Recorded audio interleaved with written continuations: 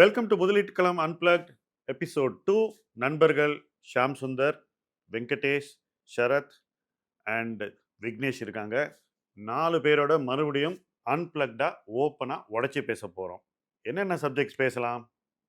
உங்களுக்கு இருக்கிற அதே ஒரு கியூரியாசிட்டி எனக்கும் கொஞ்சம் நேரமாக ஓடிக்கிட்டு இருக்கு. மைண்டில் வந்ததை பேசுவோம். ஃபர்ஸ்ட் சப்ஜெக்ட், ஐடி இண்டஸ்ட்ரி இன்னைக்கு எங்கே போயிட்டுருக்கு? உங்கள் எல்லாருக்குமே தெரியும், கொஞ்ச நாள் முன்னாடி ஐடி ஸ்டாக்கை விழ விழ வாங்கலாம் அப்படின்ற ஒரு மைண்ட் செட் இருந்தது.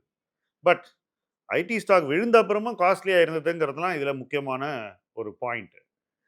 ஒரு ஸ்டாக்கு காஸ்ட்லியாக இருக்குது அப்படிங்கிறத எப்படி டிசைட் பண்ணுறது? ஃபண்டமெண்டலாக க்ரோத் இல்லாத நேரத்தில் பிஇ ரேஷியோ அதிகமாக இருந்துச்சுன்னா அப்போது கேர்ஃபுல்லாக இருக்கணும். ஆனால் மார்க்கெட் கேர்ஃபுல்லாக இல்லை. என்ன ரீசன்? ஐடி ஸ்டாக் வாங்கினா லாஸ் வராது அப்படின்னு சிம்பிளிஃபை பண்ணி எல்லாரும் புரிஞ்சுக்கிட்டாங்க. பட் சமீப நாட்களில் வந்த நிகழ்வுகள் உலகம் பூராவும் சாஃப்ட்வேர் ஸ்டாக்ஸை கொலாப்ஸ் பண்ணிடுச்சு.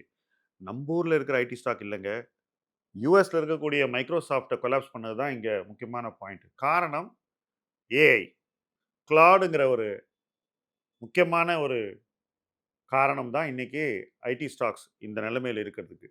பட் இந்தியாவில் இருக்கக்கூடிய கம்பெனிஸ்க்கு என்ன ஆகும்? ஜாப்ஸுக்கு என்ன ஆகும்? ஐடி கம்பெனிஸ் க்ரோத்துக்கு என்ன ஆகும்? ஐடி கம்பெனிஸ் இது எப்படி ரெஸ்பாண்ட் பண்ணுவாங்க? வாங்க வெங்கியை கேட்போம். ஸோ இந்த லாஸ்ட் வீக் நீங்கள் சொன்ன மாதிரி ரொம்ப IT stocks all over the world வந்து மதிப்பு ரொம்ப இறங்கியிருக்கு. இதில் வந்து இன்ட்ரெஸ்டிங்காக for the first time 2-3 things பார்க்கலாம். அந்த ஐடி ஸ்டாக்ஸோடு அமெரிக்காவில் SaaS company, software as a service சொல்கிற கம்பெனிஸோட க்ரோத் ரேட்டோ ரெவென்யூஸோ பார்த்தீங்கன்னா அது குறையல. அது வந்து இன்ஃபேக்ட் அதிகம் தான் ஆயிருக்கு இந்த குவார்ட்டர். ஆனாலும் ஆஃப்டர் அந்த கிளாடோட கோவர்க் இது ரிலீஸ் ஆன அப்புறம் அதோட மதிப்பீட்டு வந்து ரொம்ப விழுந்திருக்கு. என்ன ரீசன் சொல்றாங்கன்னா, இதோட ஃபியூச்சர் வந்து அன்சர்டனாக இருக்கு. இதுக்கு வந்து 2-3 இது சொல்றாங்க. என்னன்னா, இந்த சாஃப்ட்வேர் எல்லாமே they were sitting on top of an enterprise software and அது மேல ஒர்க் ஃப்ளோஸ் பில்ட் பண்ற சாஃப்ட்வேரா இருந்துச்சு இந்த சாஃப்ட்வேர் அஸ் எ சர்வீசஸ் எல்லாமே. அதை வந்து கிளாட் மாதிரி, ஜெமினை மாதிரி these AI agents will replace them. அந்த ஃபங்க்ஷனாலிட்டிஸை வந்து யூசர்ஸ் கிட்டே கொடுத்துருவாங்க. Users can build exact what they want, right? So ஒரு திங் பார்த்தீங்கன்னா, none of the software as a service நிறைய product, Salesforce, any of these Workday, any of these products that you speak of, எதுவுமே வந்து அப்படியே off the shelf எடுத்து use பண்ண முடியாது. To clarify things, இந்த சாஃப்ட்வேர்ஸ் எல்லாமே are being implemented by our service providers here. there has to be tweaks. இதெல்லாம் பார்ட்னராக இருக்கணும். அந்த ஸ்பெசிஃபிக் ஒரு யூஸ் கேஸை சால்வ் பண்ணக்கூடிய தன்மை வேணும்னா யூ நீட் தீஸ் கைஸ். நம்ம ஊர் ஒவ்வொரு கம்பெனிக்கு தேவையான விஷயங்களை, கரெக்ட், என்டர்பிரைஸ் சாஃப்ட்வேர் இப்போ சாப்னா அதை யூஸ் பண்ணுறதுக்கு அந்த கம்பெனிக்கு என்ன வேணுமோ அதை நம்ம கம்பெனிஸ் போய் அவங்களுக்கு அடாப்ட் பண்ணி கஸ்டமைஸ் பண்ணி கொடுப்பாங்க. இதுதான் வேலை. இப்போ இதுக்கு என்ன ரிஸ்க்னு சொல்கிறீங்க நீங்கள்? அதான் சொல்கிறேன். ஸோ இது வந்து இந்த என்டர்பிரைஸ் சாஃப்ட்வேர் ஆர் ஒரு கம்பெனியோட சிஸ்டம் ஆஃப் ரெக்கார்ட்ஸ்னு சொல்கிற சாஃப்ட்வேருக்கு 1.1 வியூ இஸ் அது வந்து ரொம்ப அடிபடாதுன்னு. ஏன்னா யாரும் அதை வந்து மாற்ற மாட்டாங்கன்னு. நமக்கு அதில் பெரிய ரிஸ்க் இல்லைன்னு நீங்கள் அந்த போர்ஷன் ஆஃப் இட்ல பெரிய ரிஸ்க் அதில் இருக்கும். But it is not a huge risk, பயப்பட வேண்டியதில்லை. பட் பெரிய இது என்னன்னா, அது இது மேலே இந்த லேயர் மேலே there are a lot of workflow tools that have been built, right? Because in the Oracle இருக்கட்டும், SAP, these are all system of records, bookkeeping. So all your accounts, receivables, payables, all that data sits in this system of records software. ஒரு ரொம்ப long டைமா ID இண்டஸ்ட்ரியில இருந்தவங்களோட view என்னன்னா, it will be very difficult to disturb this. But what has been growing a lot is this system இந்த மேல build பண்ண business workflows, right? அதுலயும் நம்ம ID companies have made lot of money. That is where the real growth and everything has come.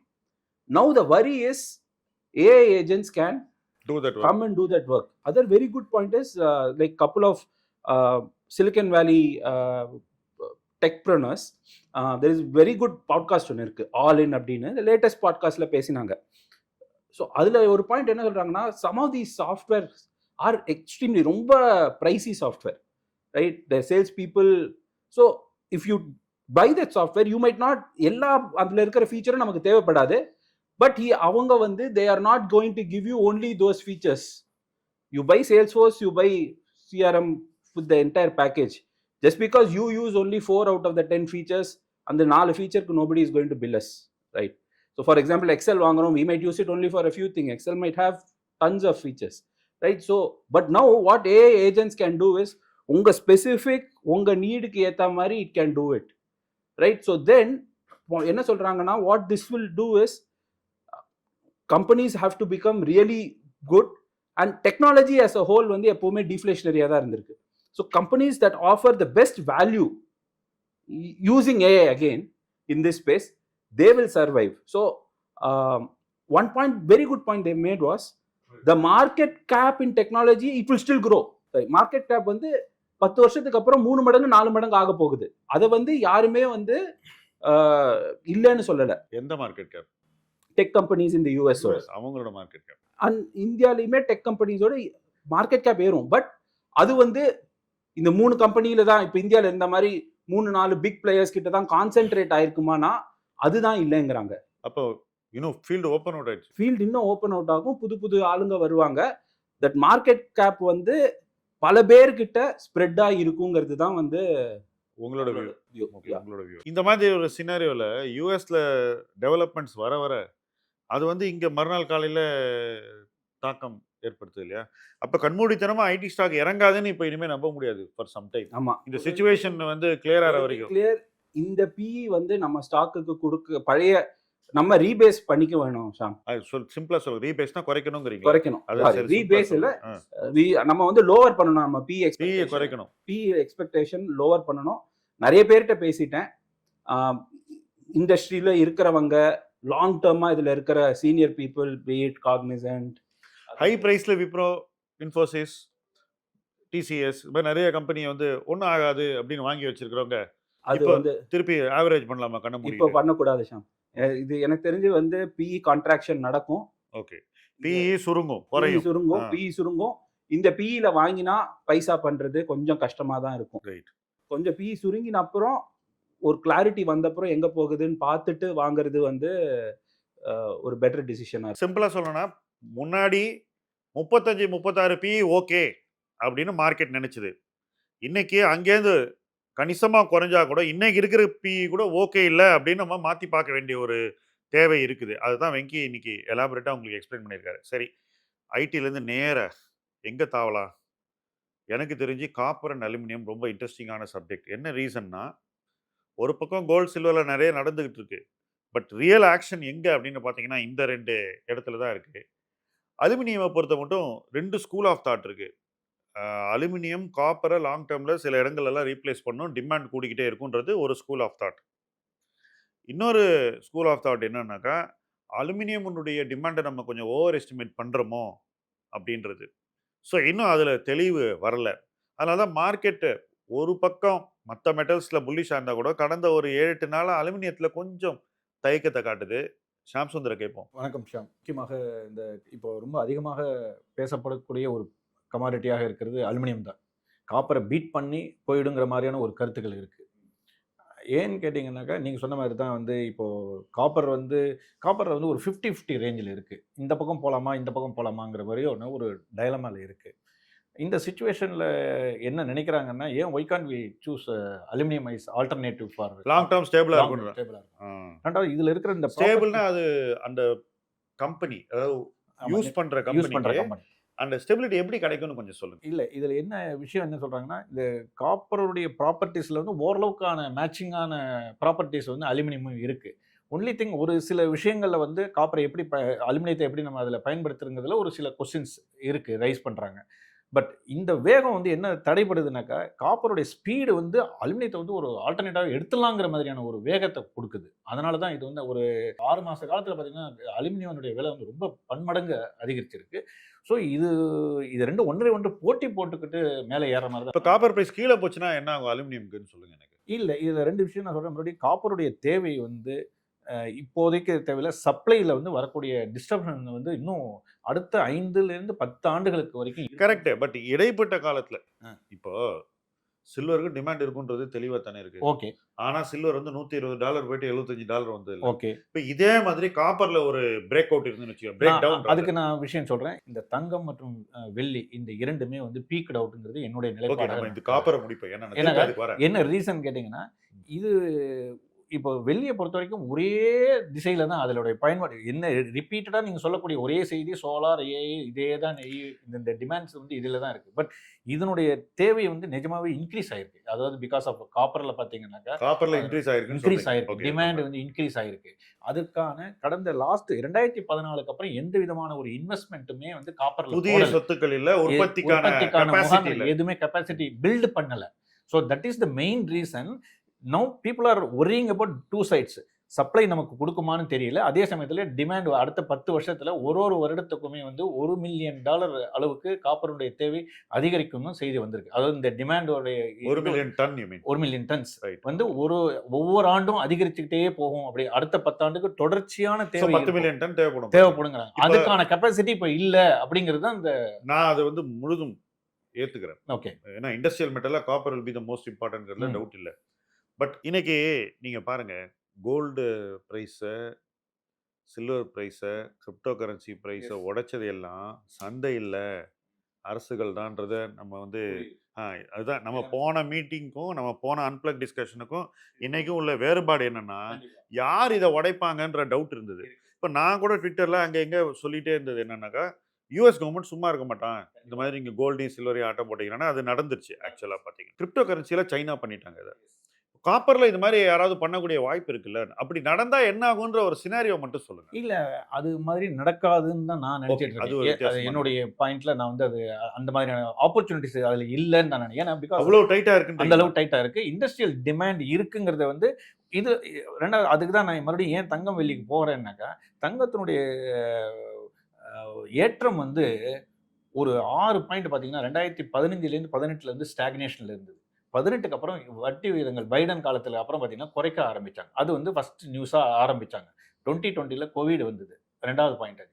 22ல Ukraine and Russia வார் வந்தது. அதை வச்சு 2 வருஷம் ஏத்துனாங்க. அதுக்கப்புறம் இப்போ ட்ரேட் வார் வந்தது. அதை வச்சு எதுனா இதுக்கப்புறமும் எனக்கு என்னமோ நியூஸ் அதுல வந்து ஒண்ணுமே இருக்கிற மாதிரி உங்களுக்கு வந்து ஜியோ பொலிட்டிக்கல் பூஸ்ட் இங்க இருந்து கிடைக்காது கிடைக்காது. பிலீவ் பண்றீங்க கோல்ட்ல. அதனால தான் நிச்சயமா சொல்றேன். இது நம்ம ஊர்ல டெய்லி பேசப்படுற பயங்கரமான பொருளாதாரம் என்னன்னா, அப்படியே அமெரிக்கன் டாலர் அழிஞ்சு போயிடும். அதனால வந்து மறுபடியும் கோல்டு வந்து கோல்ட் ஸ்டாண்டர்ட் மறுபடியும் ஜியோ பொலிட்டிக்கலா வந்துடும். உலகம் பூரா சைனா வாங்குறான், ரஷ்யா வாங்குறான் அப்படின்னு ஒரு நெரேட்டிவ்.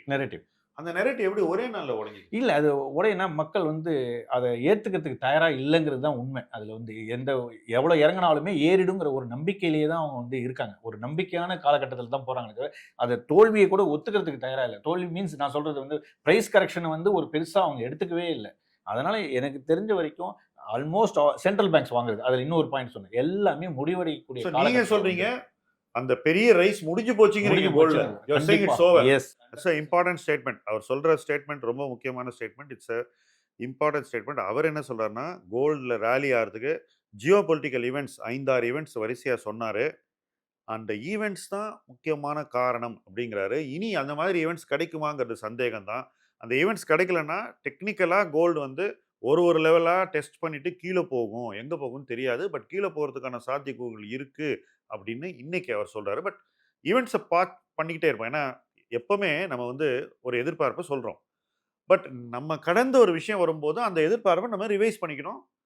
அதற்கான நேரம் வரும்போது கண்டிப்பா அவரும் ரிவைஸ் பண்ணுவார், நம்மளும் இங்க பேசுவோம். பட் இன்னைக்கு இருக்கிற சிச்சுவேஷன் படி அவர் சொல்றது என்னன்னாக்கா, இந்த சூழ்நிலையில இறங்குவதற்கான சாத்தியக்கூறுகள் அதிகமா இருக்கு அப்படின்னு கோல்ட் பிரைஸ் பத்தி சொல்றாரு. Okay, right.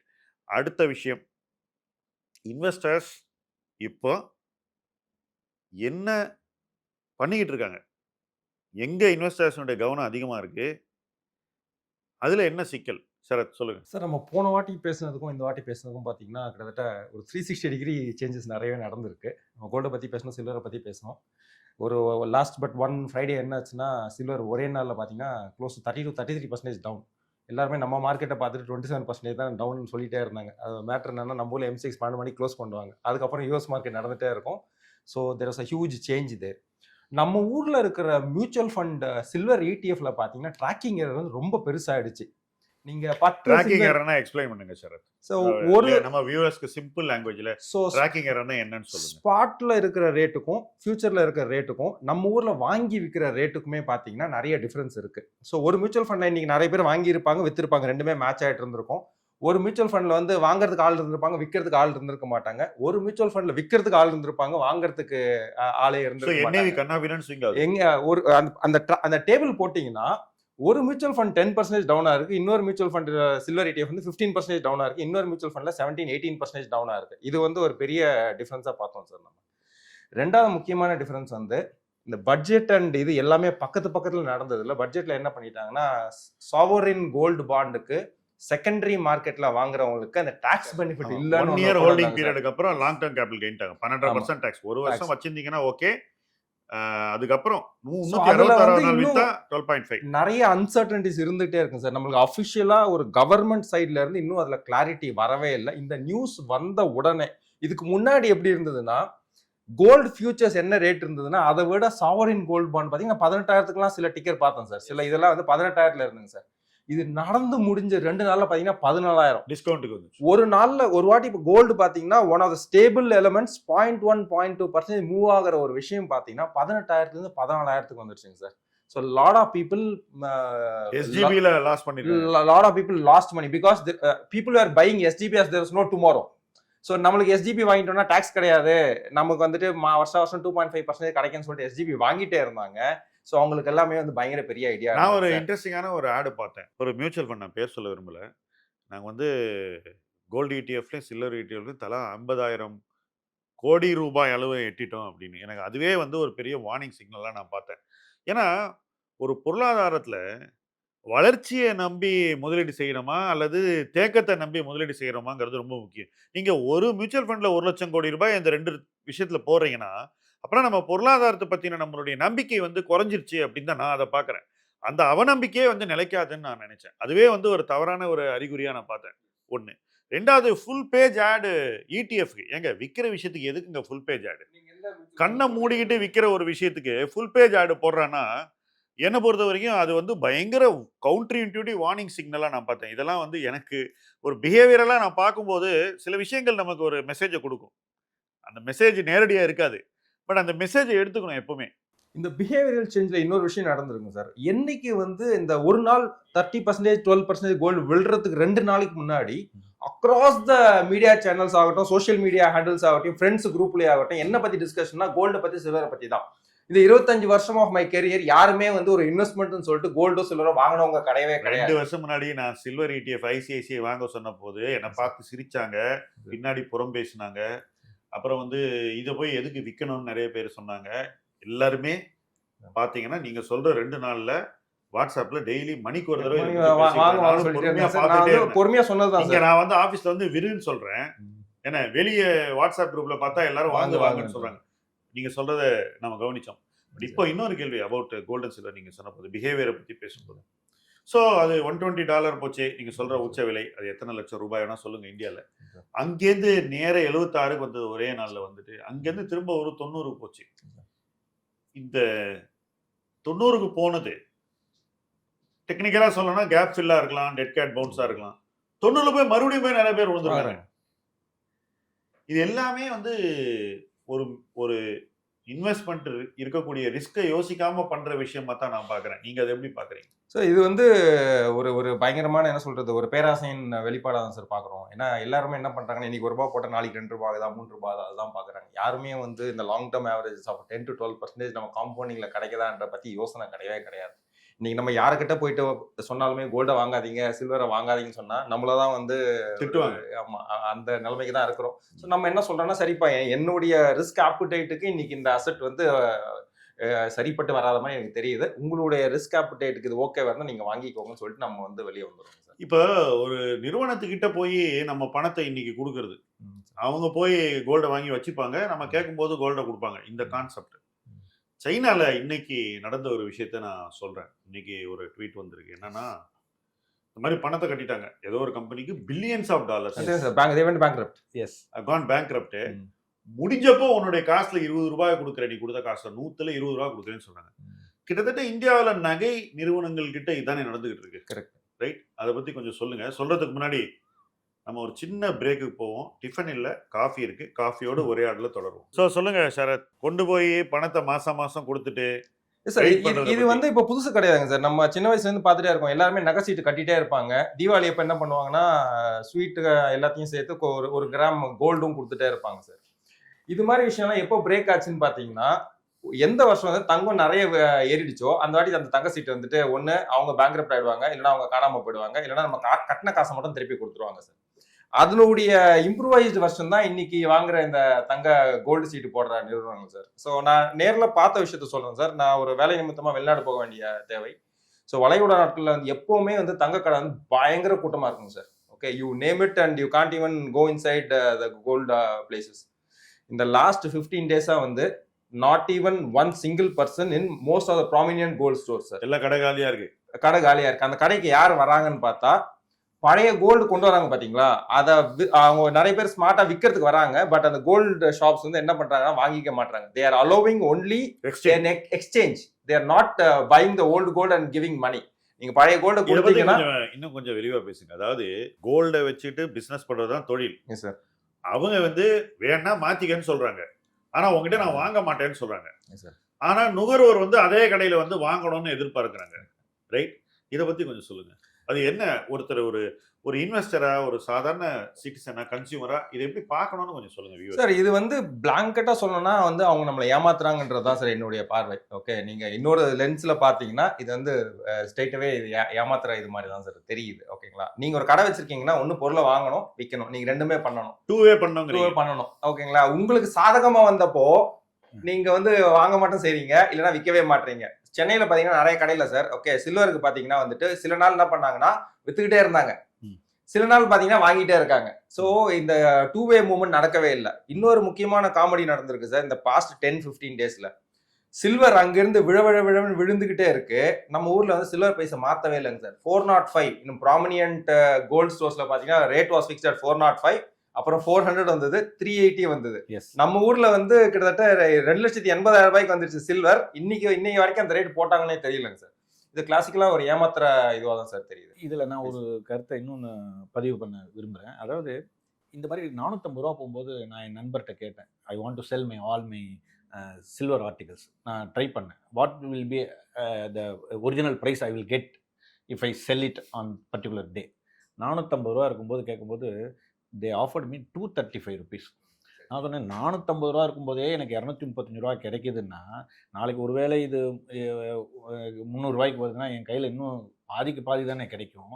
தட் மீன்ஸ் ஒரு அசெட்டுங்கிறது நான் எப்படி இருக்கணும்னு நான் நினைக்கிறேன்னா, நீங்கள் சொன்ன மாதிரி தான், நீங்கள் விற்கும் போது நான் அதை மதித்து நான் வாங்குறேன். ஆனால் நான் அதை திருப்பி கொடுத்தாக்கா நீங்கள் என்கிட்ட மதிக்க மாட்டேங்கும் போது எனக்கு அந்த ஒரு 10% 20% வரைக்கும் ஓகே. ஒரே ஏரியா 30% 40%னாக்கா நான் ஆல்வேஸ் நான் வாங்கிட்டே இருக்கணுங்கிற ஒன் சைட் ட்ரேடிங் மாதிரி தான் இது. ஒன் வே டிராஃபிக் மாதிரி ஆயிடுச்சு. ஸோ இதில் வந்து முக்கியமாக நீங்கள் சொல்கிறது, நீங்கள் ரெண்டு பேரும், நான் நகை கடைக்கு போகிறோம் இல்லை, ஸோ நீங்கள் ரெண்டு பேரும் சொல்கிறத பார்க்கும்போது எனக்கு நான் எப்படி புரிஞ்சுக்கிறேங்கிறத சொல்கிறேன். இந்த சில்வர் பூம் வந்து இந்திய நகை ஆபரண தொழில்களை வந்து எக்ஸ்போஸ் பண்ணிடுச்சுன்னு சொல்லலாமா ஃபேரா? கண்டிப்பாக. இல்ல இது யாரும் ட்ரை பண்ணல. இதுல ப்ராப்ளம் என்னன்னாக்கா எல்லாருமே வாங்கி வீட்ல வச்சுக்கிறாங்களே தவிர they never try வச்சுக்கிட்டா ஒன்றும் ப்ராப்ளம் இல்ல வச்சுக்கிறது இல்ல. அப்புறம் நான் என் பொருளை வந்து இல்ல சார், நான் என் வீடு இருக்கு, நான் வந்து ஒரு டி நகர்ல வச்சிருக்கேன்னு வச்சுங்களேன். நான் 5 கோடி ரூபாய் சொல்றேன். அடுத்த வருஷம் என்னால வித்தாக்கா அது 5-10 ஒருத்தர் வாங்குறதுக்கு இருக்காங்களா, 5-20 5-50 போயிட்டே இருக்கு. என்னைக்கு இருந்தாலும் யார் வந்து கேட்டாலும் the price will be plus or minus will be 10 lakh 15 lakh. be this wide. But இது வந்து எப்படி இருக்குன்னா ஒன் வே டிராஃபிக் மாதிரி. நான் வந்து வாங்கும்போது மட்டும் I have to pay everything. when I am selling எனக்கு என்கேஷ் பண்றது யாரும் அதை ட்ரை பண்ணல. இந்த சொத்தை வித்து நம்ம ஒரு காசாக்கி பார்த்ததே கிடையாதுங்க. அப்ப இந்த மாதிரி வெரைட்டி வாங்கினாங்களே ஏற கிலோ கணக்குல, நான் 5 கிலோ வாங்கினேன் 1 கிலோ வாங்கினேன்னு, அவங்க பண்ணது தப்புன்னு நீங்க கிளியரா சொல்றீங்க. அதாவது இது தப்பு ரேட்டுங்க. 2,80,000 ரூபாய்க்கு 1 கிலோ வாங்கியிருக்கான். ஆமா, அதுக்கும் மேல கொடுத்து வாங்கியிருக்கான்.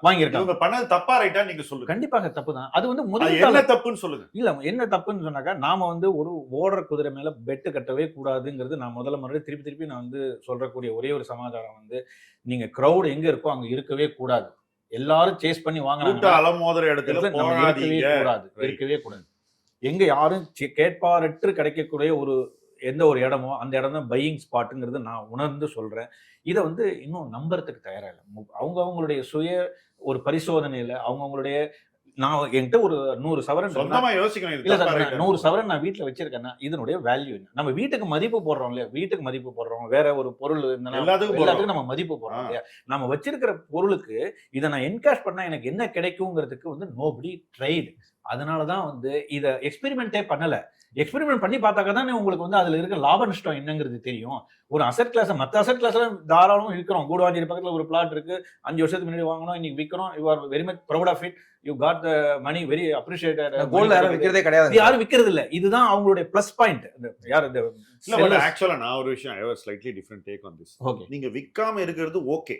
நான் அதை வந்து அது ஒரு அசட் அலோகேஷன்ல ஒரு பகுதின்னு வச்சுப்போம். அதாவது உங்க மொத்த சொத்துல 20% நீங்க கோல்டு வச்சிருக்கீங்கன்னே வச்சுக்கோங்க சார்.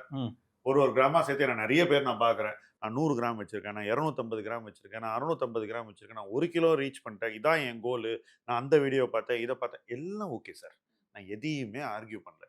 ஆனா விலை ஏறினதுக்கு அப்புறம் ஏன் அந்த 1 கிராம வாங்குறீங்கன்றதா என் கொஸ்டின். அதுக்கு வெயிட் பண்ண கூடாதாங்கிறதா. விலை ஏறின அப்புறம் தானே அவசரமா போய் வாங்குறாங்க. கண்டிப்பா அதுதான் என்னோட பிரச்சனை. அது வந்து யுஃபோரியா. அந்த ஒரு நேரத்துல வந்து எல்லாரும் நீங்க என்ன சொல்றீங்க? ஆக்சுவலா அந்த நேரத்துல போய் விற்க ட்ரை பண்ணுங்க, அப்பதான் விற்க ட்ரை உங்களுக்கு பண்ணாதான் புரியும். விஷயம் புரியும். ஆக்சுவலா நான் சொல்றதுக்கு மேல ஒரு படி நீங்க சொல்லுங்க. ஆமா. நான் சொல்றது நீங்க சொல்றதோட 1 ஸ்டெப் லோயர். நான் என்ன சொல்றேன்னா, இருக்கு இல்ல சந்தோஷமா இருங்க, மேல போய் வாங்காதீங்கன்றதா என்னுடைய சிம்பிள் பாயிண்ட். இதுல அவங்களுடைய பதில் என்னவா இருக்குன்னாக்கா, ஒரு கன்சியூமருடைய பதில் என்னவா இருக்குன்னா, அந்த நுகர்வோருடைய பதில் என்னவா இருக்குன்னா, சார் ஆபத்துக்கு எனக்கு ராத்திரி 12 மணிக்கு எனக்கு காசு வேணும்னா இந்த கோல்டு வச்சு வாங்க முடியும், உங்களுடைய ஷேர் வச்சு வாங்க முடியுமா? இல்ல அது ரொம்ப தப்பான புரிதல். இதுதான் வந்து அவங்களுடைய ரிப்ளையா இருக்கு. அதாவது easy way to convert the liquidity. அந்த லிக்விடிட்டியை தான் அவங்க பாக்குறாங்க. இன்னைக்கு ஆன்லைன் ஆதார் ஆத்தென்டிஃபிகேஷனோட நீங்க வந்து அகைன்ஸ்ட் யுவர் போர்ட்ஃபோலியோ பணம் வாங்க முடியும். நான் வாங்கணும்னு சொல்லல. பட் வந்து அந்த காலம் முடிந்து விட்டது.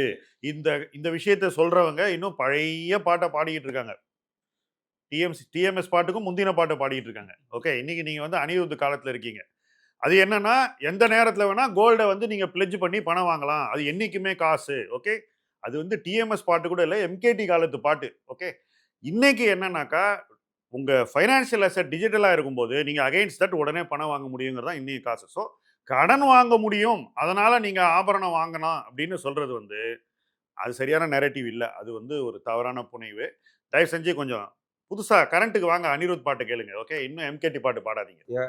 ஒரு ஆத்திர அவசரத்துக்கு தங்கத்தை கொண்டு போய் வைக்கிறேன்றது வந்து 30 வருஷத்துக்கு முன்னாடி நடந்துட்டு இருந்தாங்க சார். இன்னைக்கு திங்ஸ் ஹேவ் சேஞ்ச்ட் ஆக்சுவலி. உங்களோட பர்சனல் ஃபைனான்ஸ் நீங்க கரெக்டா வச்சிருந்தீங்கன்னா, நீங்க ஆபத்துக்கு தங்கத்தை கொண்டு போய் வைக்க வேண்டிய நெசசிட்டியே உங்களுக்கு வரவே வராது. எமர்ஜென்சி ஃபண்ட் அவ்வளவுதான், முடிஞ்சு போச்சு. என்ன ஆத்திர அவசரம்? உங்க வீட்டுல ஒரு ஆக்சிடென்ட் நடக்குது, யாருக்கோ ஒரு இது அர்ஜென்ட்டா காசு தேவை. ஸோ உங்க பர்சனல் ஃபைனான்ஸ் ரெடியா இருந்ததுன்னா you are automatically sorted out. First of all அதாவது எமர்ஜென்சிஸ் எங்க இருந்து வருது உனக்கு? சார் ஹெல்த் இன்சூரன்ஸ் ஒழுங்கா வாங்கிட்டீங்கன்னா அதுல நீங்க கவர் ஆயிட்டீங்க. சரி, யாருக்கோ நம்ம உற்றார்ல ஏதோ ஒரு பிசினஸ்லயோ ஏதோ ஒரு சிக்கல் வருது, எதிர்பாராத ஒரு இது வருது, அவங்களுக்கு நம்ம ஹெல்ப் பண்ண வேண்டிய சிச்சுவேஷன். அப்போ எமர்ஜென்சி ஃபண்ட் இருந்தா அதுல இருந்து கொஞ்சம் எடுத்து கொடுக்கலாம். ரெண்டாவது, எந்த ஒரு திக்கற்ற ஒரு இடத்துல நீங்க இருக்கீங்கன்னா அப்பதான் நீங்க போய் இந்த கோல்டு பிளெட்ஜ் பண்ணி வாங்குறது, கோல்டு ஃபைனான்ஸ் கம்பெனி அவங்கள்ட்ட போய் பணம் வாங்குறதுங்கிறது. ஏன்னா அவங்க வட்டி வந்து பேங்கோட ஒரு 50% அதிகம். ரைட்? நீங்க ஏன் அந்த இடத்துல இருக்கீங்கன்னு ஏன் யாருமே இன்னைக்கு நம்ம சொசைட்டில மக்களை கேட்க மாட்டேங்கிறாங்கன்றதான் என் கேள்வி. ஏன் நீங்க இதோட ஒரு பெட்டர் பிளேஸ்ல இருக்க முடியும்? அவங்க அங்கேயே வச்சுக்கிட்டே இருக்காங்க சார். அங்க வச்சுக்கிட்டே இருந்தா தான் உங்களுக்கு எல்லாமே பிசினஸ் நடக்கும் sir. Sorry to put it this way. Actually விளக்குங்க. இப்போ பர்சனல் லோன்லாம் வந்து இன்னைக்கு ரொம்ப கம்மியான வட்டி கொடுத்துட்டு இருக்காங்க சார். என்னை பொறுத்த வரைக்கும் வந்து பெரிய அயோகத்தை எது தெரியுங்களா சார்? உங்களுக்கு 100% சேஃப்டியான ஒரு அசெட் எது? உங்களுக்கு கோல்டு. இன்னைக்கு நீங்க கோல்டை வச்சதுக்கு எவ்வளவு இன்ட்ரெஸ்ட்ல சார் நீ கடன் தராங்க? Prominent financiers or whatever it is. So 9% கிடையாது சார். அதெல்லாம் வந்து கோஆபரேட்டிவ் பேங்க்ல கவர்மெண்ட் கொடுக்குறாங்க சார். நீங்க ப்ராமினன்ட் ஃபினான்ஷியர்ஸ் வந்து 12 to 18%, 20-22% வாங்கிட்டு இருக்காங்க சார் கோல்டு வச்சு. நீங்க சொல்றது gold finance company whatever it is sir. Metro station பேர் வைக்கிறவங்க இல்ல ஓகேங்களா சார்? 100% backed sir. இன்னைக்கு கோல்டு உங்களுக்கு 100% செக்யூரிட்டி வந்துருச்சா? அந்த அசெட்டை வச்சுக்கிட்டு நீங்க ஏன் வந்து இவ்வளவு இன்ட்ரெஸ்ட் வாங்குறீங்க? அதுவே வந்து ஒரு பெரிய தப்பு தான் சார். ஆக்சுவலி கண்டிப்பா சார், அது அறியாமை தான் சார். என்ன பண்றாங்கன்னா ஆக்சுவலி எல்லாருமே வந்துட்டு இதுதான் ரொம்ப ஈஸியா இருக்கு, கிளிக் ஆன பட்டன் உங்களுக்கு ஆப்ல வந்துருச்சு. கோஆபரேட்டிவ் பேங்க் நீங்க யார் சார் போறா? கோஆபரேட்டிவ் பேங்க் போனா எங்க மேனேஜர் நாளைக்கு வர சொல்லுவாரு, நாளைக்கு போனோம். இன்னைக்கும் நான் சொல்றேன், பப்ளிக் செக்டர் பேங்க்கும் சரி, பிரைவேட் செக்டர் பேங்க்கும் சரி, they are willing to give gold loan at single digit. Yes, true, but nobody is interested to go there. ஏன் போக மாட்டீங்க நீங்க? ஓகே, பப்ளிக் செக்டர் பேங்க்ஸ் லோனா கூட நம்ம தமிழ்நாட்டில் இயங்கக்கூடிய எத்தனை பிரைவேட் செக்டர் பேங்க்ஸ் இருக்கு, உடனே கொடுக்குறாங்க. நம்ம ஸ்டேட்லயே இருக்கக்கூடிய நீங்க கோஆபரேட்டிவ் அதுக்கு அடுத்தது மேபி ஒரு 4 நாள் 5 நாள் ஆகும். ஏன்னா அந்த அசையர் வந்து மதிப்பிட வேண்டிய ஒரு கரெக்ட் சார். அதை தான் சார் நீங்க யூஸ் பண்ணிக்கிறாங்க. நீங்க போன உடனே 1 மணி நேரத்துல உங்க கையில காசு கொடுத்துறாங்க, அதனால எல்லாருமே இங்க போறாங்க. ஆட் ஆன் டு தட் இன்னொன்னு பியூரிட்டி ஆஃப் சில்வர் இருக்கு இல்லையா, அதுலேயும் நான் ஒரு எக்ஸ்பெரிமெண்ட் பண்ணி பார்த்தேன். அதையும் ஜஸ்ட் ஐ வாண்டட் டு இந்த டிஸ்கஷனில் நான் அதையும் உங்களுக்கு சொல்கிறேன். சார் எல்லா ஃபர்னிச்சரையும் ஒரே எபிசோட்ல உடைச்சிடாதீங்க. சரி சொல்லுங்க. இல்லை என்னென்னா, ஒரு சின்ன கிண்ணம் எடுத்துகிட்டு போய், பழைய கிண்ணத்தை எடுத்துகிட்டு போய் கடைக்காரர்கிட்ட கொடுத்து, இதை என்ன விலைக்கு எடுத்துப்பீங்க அப்படின்னு கேட்டாக்கா, உடனே அந்த கிண்ணத்து மேலே ஒரு ஏதோ சம் ஆசிட் ஆர் சம்திங் போட்டு அது பியூரிட்டி இருக்கான்னா, இல்லை சார் இதில் ஒரே பாருங்களேன், இந்த கலர்லாம் மாறுது பாருங்களேன், இது அவ்வளோலாம் போகாது அப்படின்னாங்க. நான் என்ன சொல்ல வரேன்னா, நான் உடனே என்ன சொன்னேன், நான் வாங்க போகிற இதே மாதிரி ஒரு பொருள் மேலே நீங்கள் ஒரு ஆசிட் ஊற்றி எனக்கு பியூரிட்டி செக் பண்ணி காமிங்க. ஏன்னா ஒன்வே மறுபடியும் திருப்பி என்ன சொல்கிறேன், நான் கொடுக்கும்போது யூ ஆர் டெஸ்டிங் இட், நீங்கள் வாங்கும்போது நான் அதை டெஸ்ட் பண்ணுறது இல்லை, just we believe your words. So எனக்கு இந்த மாதிரிலாம் ஒரு இப்படிப்பட்ட ஒரு சூழ்நிலை, இப்படி ஒரு ட்ரேடு நடக்குது இல்லையா, இதை வந்து நம்ம எப்படி கண்மூடித்தனமாக நம்ம வந்து அதை ஏற்றுக்கொள்கிறோங்கிறது தான் எனக்கு வந்து ரொம்ப வியப்பாக இருக்கிறது. அதாவது நீங்கள் லட்சத்தில் வாங்குறோம் சார், இன்றைக்கி யாரும் வந்து நகை வாங்குறது வந்து 50,000 இல்லை 1,00,000 ரூபா நகை கொடுத்து வாங்குறத, அதை பியூரிட்டியை பற்றி நம்ம யாரும் நோபடி பாதர்ஸ். அதெல்லாம் வந்து நம்ம எதுவுமே கேள்வியே கேட்காம ஒரு பக்கத்தில் ஒரு ட்ரேடு நடந்துட்டு இருக்கு. ஸோ இதெல்லாம் அவங்களுடைய அனுபவத்தில் 916 இருக்கு. ஓகே, அந்த மாதிரியான இருக்கு இல்லையா? இல்லை அதையும் நான் ஒத்துக்கிறேன். அந்த மாதிரியான சமாச்சாரத்தில் நான் வந்து அவங்களே யாரும் இல்லை ஃபேர் கண்டிப்பாக 100% அதெல்லாம் நம்ம சொல்கிறோம். இந்த மாதிரியான ஒரு பொருளை எடுத்துகிட்டு வந்து நாம் கொடுக்கும்போது அவங்க டெஸ்ட் பண்ணி அதை பண்ணும்போது நாம் அதை ஒரிஜினாலிட்டி நம்ம வந்து அன்றைக்கி வாங்கும்போது நம்ம பண்ணுறதே கிடையாது. கேட்டால் என்ன சொன்னாங்கன்னா, மறுபடியும் பாலிஷ் பண்ணணும், அதனால் அது பண்ண முடியாது சார் அப்படின்னா. ஸோ இது வந்து it's not a fair. So இது மாதிரிலாம் கொஞ்சம் பையிங் அண்ட் செல்லிங் பிஹேவியர் பற்றி பேசிட்டு இருந்தோம். அதில் வந்து நம்ம கோல்டு சில்வர் பற்றி இப்போ இந்த காலகட்டத்தில் அதுதான் இப்போ அது மோகமாக இருக்கிறதுனால அதில் பேசிட்டு இருக்கோம். 1 இயர்க்கு முன்னாடி வேற ஒரு அசெட், அது ஸ்மால் கேப்பாக இருந்தது. அதுக்கு முன்னாடி வேற ஒரு அசெட் இருந்தது. So the behaviour is the same, the asset classes R different. அதுதான். ஸோ இப்போ இந்த கோல்டு வந்து இப்போ இது கரண்ட் இஷ்யூவாக இருக்குது, கரண்ட் பிஹேவியராக இருக்குது. நீங்கள் எனக்கு ஒரு விஷயம் சொல்லிட்டு, ஏன்னா நீங்கள் எங்கர், அதனால் உங்கள்கிட்ட ஒரு டிஃப்ரெண்ட் பர்ஸ்பெக்டிவ் வரணும். ஃபஸ்ட்டு லாஸ்ட் 1 இயரில் நீங்கள் கோல்டு சில்வர் ஏதாவது வாங்குனீங்களா, விற்றீங்களான்ற ஒரு தகவலை சொல்லுங்க, உங்க பர்சனல் எக்ஸ்பீரியன்ஸ். 1. 2வது, இப்போ உங்களுக்கு எங்க வேல்யூ தெரியுதுன்னு சொல்லுங்க, எந்த இடத்துல நீங்க பணம் போடலாம்னு சொல்லுங்க. ஓகே, ஃபர்ஸ்ட் கொஸ்டின் வந்து நான் கோல்டு வந்து லாஸ்ட் 1 இயர் இன்வெஸ்ட் பண்ணல. ஏன்னா வந்து நம்ம ஃபேமிலியில வந்து நிறைய கோல்டு அசெட்ஸ் இருக்கு. ஏன்னா ஜுவல்லரி பேஸ்ட் அசெட்ஸ் இருக்கு. நம்ம இப்போ வந்து ஒரு ட்ரேடு மாதிரி நான் கோல்டை பண்ண விரும்பல. நான் எனக்கு வந்து ஒரு லாங் டேர்ம் காம்பவுண்டிங் அசெட்ஸ் தான், எனக்கு வெல்த் பில்டிங்காக தான் நான் யோசிக்கிறேன். ஸோ அதனால கோல்டை வாங்கலை. பட் இருந்தாலும் வந்து நம்ம ஃபண்டில் எஸ்ஐபிஸ்லாம் தொடர்ந்து போட்டுட்டு இருப்போம், கோல்டு ஃபண்ட்ஸ்லாம். அதை கொஞ்சம் இப்போ லிக்விடேட் பண்ணியிருக்கேன். லாஸ்ட் ஒரு 2 months பேக் விற்றுருக்கேன், கொஞ்சம் விற்றுருக்கேன். அதாவது எஸ்ஐபி மாதம் போயிட்டே இருக்கு. ஆமாம், ஒரு 2 வருஷம் முன்னாடி போன யூனிட்ஸ் வந்து கொஞ்சம் பணம் எடுத்து வச்சுட்டு வேற ஏதாவது ஒரு அசெட்ல ஸ்விட்சிங்னு நீங்கள் நிறைய தடவை சொல்லியிருப்பீங்க. ஸோ அந்த ஒரு காஸ்ட்லி அசெட்லேருந்து எடுத்துட்டு ஒரு வேல்யூ அசெட்ல நம்ம போடுறதுனால நமக்கு ஒரு ப்ராஃபிட் புக்கிங்கும் நடக்குது, ஒரு சீப்பர் அசெட்ல நமக்கு ஒரு என்ட்ரியும் கிடைக்குது. ஸோ இந்த ஒரு மெக்கானிசம் வந்து நான் ஃபாலோ பண்ணுறேன் கோல்டில். பட் கோல்டு விற்கவே கூடாதுன்ற அந்த ஐடியாலஜிலேருந்து நீங்கள் கொஞ்சம் தள்ளி நிற்கிறீங்களா? அது ஏன் எக்ஸ்பிளைன் பண்ணுங்க. இது ஒரு சென்டிமெண்டல் வேல்யூனால தான் சார் எல்லாரும் கோல்டை விற்கவே கூடாது, அது குடும்பத்துக்கு நல்லதில்லை, தங்கத்தை ஏன் விற்கிற, தங்கம் எப்போ போனாலும் நமக்கு நல்லா தானே கூட தானே செய்யும் அப்படின்றது.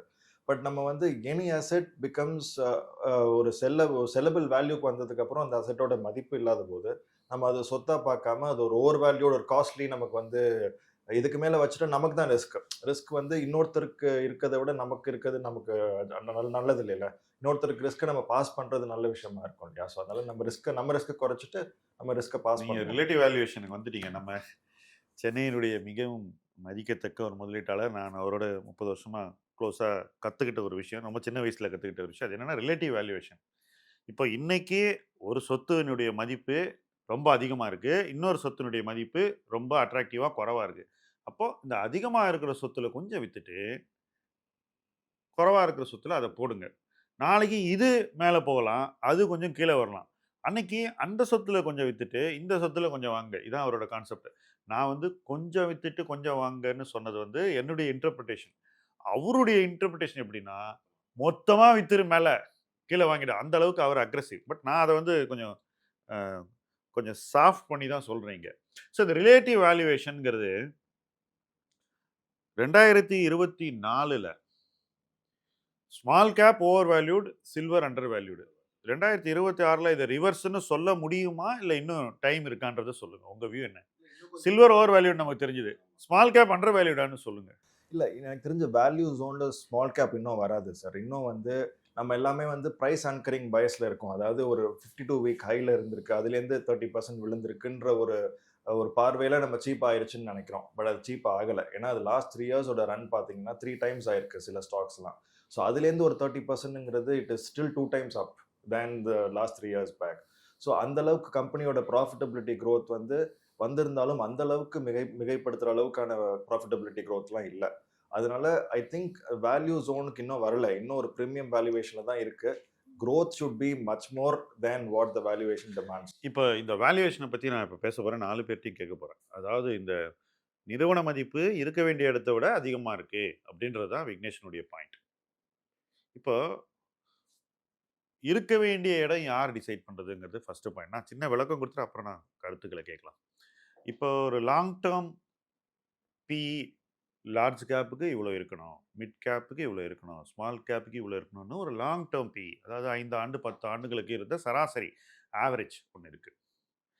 இப்போது அந்த ஆவரேஜுக்கு 10% மேலே இருக்கலாம், 10% கீழே இருக்கலாம், 20% மேலே இருக்கலாம், 20% கீழே இருக்கலாம். நம்ம எங்கே வாங்குறோம் அப்படிங்கிறது தான் ரொம்ப முக்கியம். எங்கே விற்கிறோங்கிறது அதை விட முக்கியம். 20% மேலே இருக்கும்போது அல்லது அதுக்கும் மேலே இருக்கும்போது விற்க தவறிட்டோம்னா கீழே வரும்போது நம்ம அந்த வாய்ப்பை இழந்ததாகத்தான் அது பார்க்கப்படும். அப்படிதான் நம்ம பார்க்கணும்.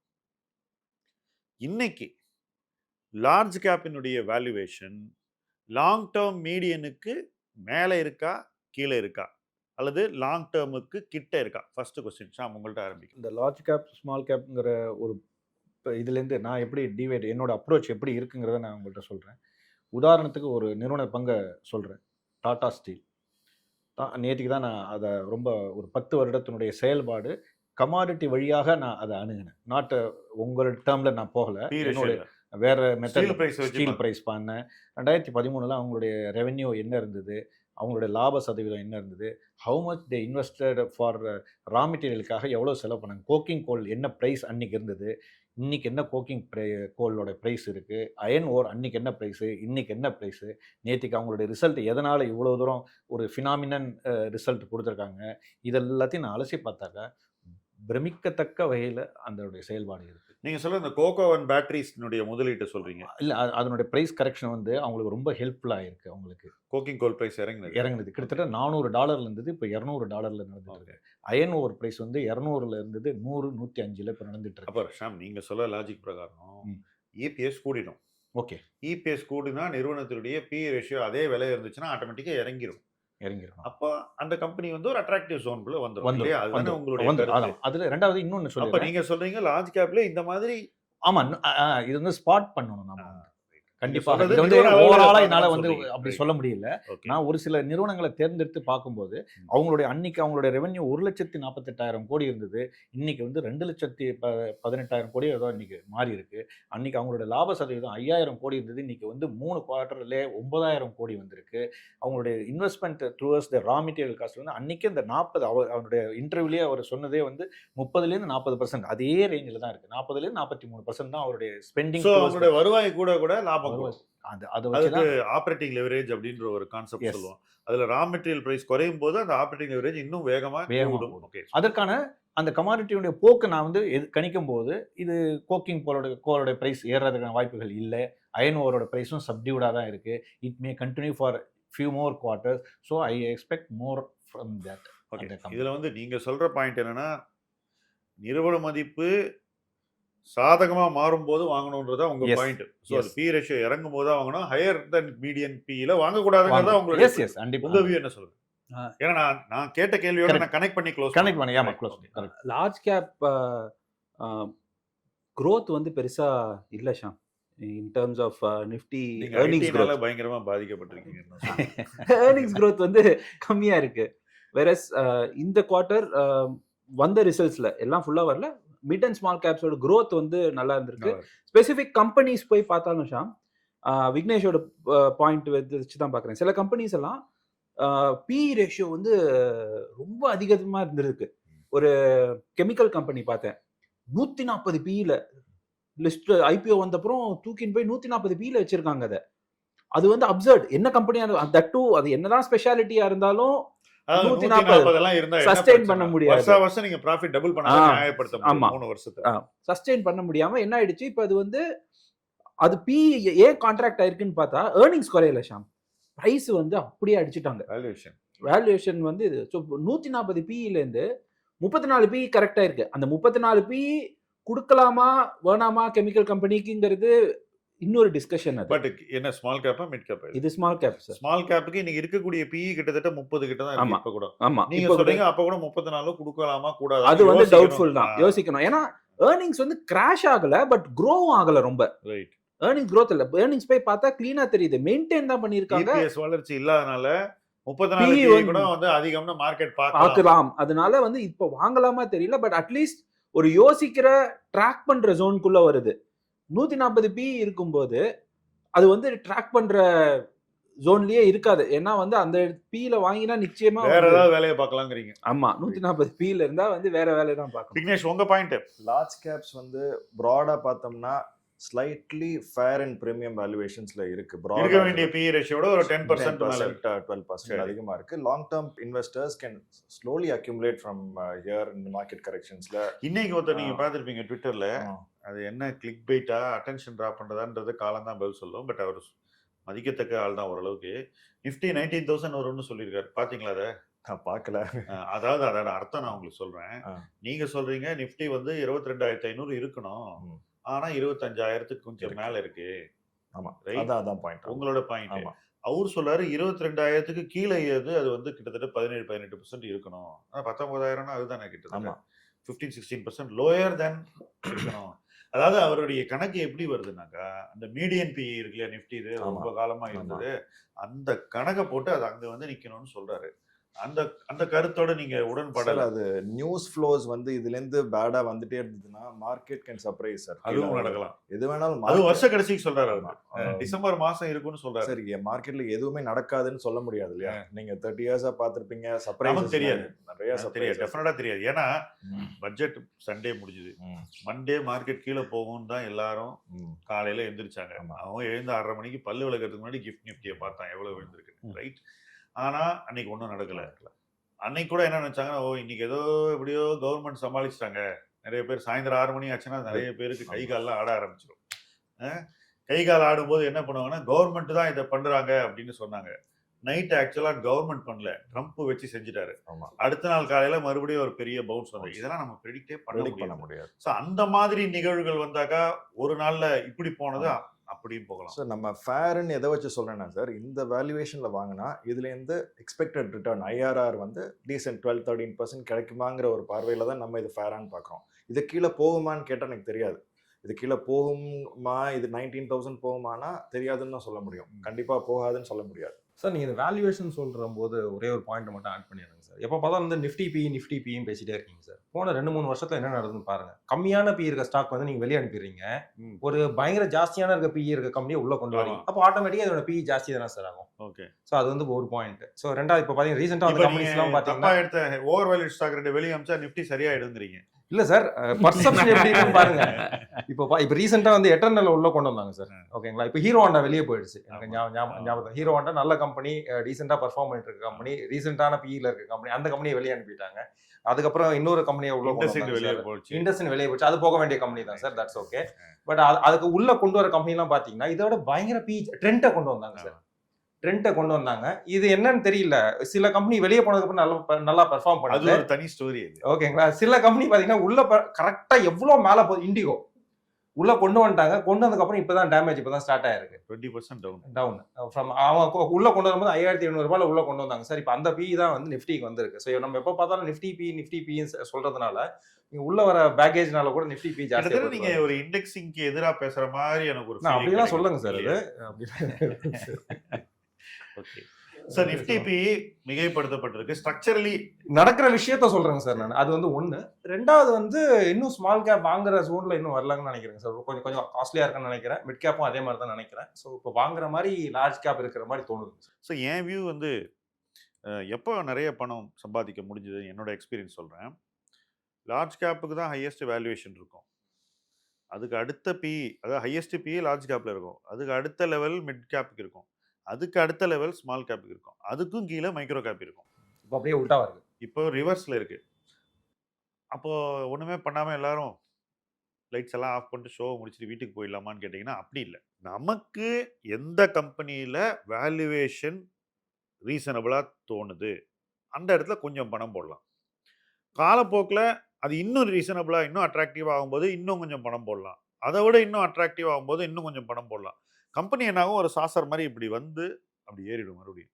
இந்த கர்வ் ஃபுல்லாக நம்ம வாங்குறதுக்கு ஒரு ஆப்பர்ச்சுனிட்டியை சில குறிப்பிட்ட நிறுவனங்களில் நம்ம வந்து அப்சர்வ் பண்ணி கேப்சர் பண்ண தான் என்னோட வியூ.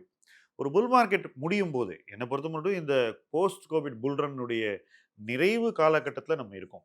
ஓகே, எப்போவுமே இந்த end of a bull market is also the beginning of the next bull market. ஆனால் அதே கம்பெனிஸில் இல்லை, வேற செட் ஆஃப் கம்பெனிஸில் அடுத்த புல் மார்க்கெட் ஆரம்பிக்கும். அதுக்கு நல்ல உதாரணம் நம்ம நிஃப்டியே சொல்லலாம். எண்டாவது புல் மார்க்கெட் நீங்கள் எட்டர்னலையும் இண்டிகாவையும் உள்ளே கொண்டு வரீங்க, வேற சில கம்பெனிஸை வெளியே கொண்டு போகிறீங்க. வெளியில் இருக்கிற ஏதோ ஒரு கம்பெனி நல்லா பண்ணி மேலே வந்து அதுக்கப்புறம் இண்டெக்ஸ்குள்ளே வரணும். ஸோ நம்ம எதை வாங்கணும்னு கேட்டிங்கன்னா அந்த வெளியில் இருக்கிற கம்பெனிஸ் தான் வாங்கணும். எது அவுட் ஆஃப் ஃபேவர் இருக்கோ, மார்க்கெட் இன்னைக்கு புறக்கணிக்குதோ, குறுகிய கால காரணங்களுக்காக மார்க்கெட்டுக்கு வாங்க விருப்பம் இல்லையோ, அந்த மாதிரி இடத்துல நம்ம வேல்யூ தேட வேண்டிய ஒரு சூழ்நிலை நமக்கு இன்னைக்கு இருக்கு. கண்மூடித்தனமாக ஏற்கனவே மேலே ஹை வேல்யூவேஷனில் இருக்கிற இடத்துல போய் நம்ம வந்து தொடர்ந்து அதிக பணத்தை போட்டோம்னாக்கா நமக்கு பணம் அப்படியே போயிடும்னு நான் சொல்லலை, பட் ரிட்டர்ன் வர்றது கஷ்டமாயிடும். இன்னைக்கு உங்களுக்கு ஸ்மால் அண்ட் மிட் கேப்பில் இருக்கக்கூடிய இன்வெஸ்டர் எக்ஸ்பீரியன்ஸ் இதுதான். பெஸ்ட் கேஸே ஃப்ளாட்டாக இருக்குது, ஃபர்ஸ்ட் கேஸு -20 இருக்குது.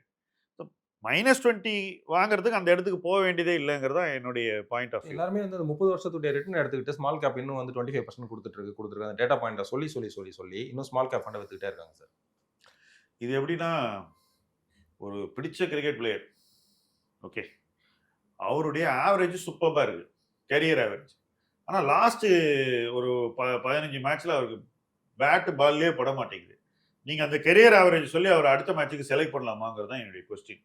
நீங்கள் கிரிக்கெட் ஃபேனாக இருந்தால் என்ன ஆன்சர் வருதோ அதுதான் முதலீட்டுக்கும் பொருந்தும். நீங்கள் கரண்ட் ஃபார்மில் செலக்ட் பண்ணணும் ஸ்டாக்ஸை. Don't select based on past.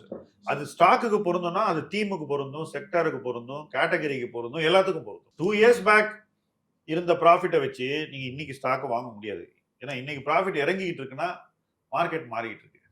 Right, இதை வந்து நம்ம வந்து அப்பப்போ அப்டேட் பண்ணிக்கிட்டே இருக்கோம். இப்போ இந்த குவார்டர் முடிய போது, இன்னைக்கு நம்ம இதை ரெக்கார்ட் பண்ணிட்டு இருக்கோம். மேபி இந்த வீடியோ வரும்போதே கிட்டத்தட்ட ரிசல்ட் சீசன் முடிஞ்சிருக்கலாம், அல்லது இன்னும் 1-2 நாள் பாக்கி இருக்கலாம். பட் இந்த ரிசல்ட் சீசனை வச்சு அடுத்த ரிசல்ட் சீசனுக்கு நமக்கு எங்க, அதாவது ஃபுல் இயர் ரிசல்ட் வரப்போகுது இல்லையா, ஏப்ரல் மாசத்துக்கு மேல, அப்போ ரிசல்ட் எப்படி இருக்கும், அதுல எந்தெந்த கம்பெனிஸ்க்கு பெட்டர் ரிசல்ட் வரும்னு நம்ம கணிச்சு அங்க வேணா கொஞ்சம் பணத்தை போடலாமே ஒழிய பிளைண்டா ஹாபிச்சுவலா இன்வெஸ்ட் பண்ணக்கூடிய காலம் இது இல்லை. ரொம்ப ப்ரிசைஸா ஸ்பெசிஃபிக்கா undervalued parts of the market which will again improve valuation. எங்க வேல்யூவேஷன் கூடும்னு பார்த்து தான் இன்னைக்கு இன்வெஸ்ட் பண்ண வேண்டிய ஒரு காலகட்டத்தில் இருக்கும். ஓகே, சொல்லுங்க, நெக்ஸ்ட் 1 வீக் உங்களுடைய சஜஷன் என்ன சொல்லுங்க. நான் இன்வெஸ்ட் பண்ணலாமா, வேடிக்கை பார்க்கலாமா, ரிலாக்ஸ் பண்ணலாமா? இல்லை, நம்ம எப்போதும் தேடல் தான். தேடல் எங்க கம்மியா இருக்கு, எந்தெந்த இடத்துல எந்தெந்த துறைகள்லாம் எப்படி எப்படி பணத்தை ரெடி பண்ணி வச்சுக்கலாங்கிறீங்க. கண்டிப்பா பணத்தை ரெடி பண்ணி வச்சுக்கலாம்.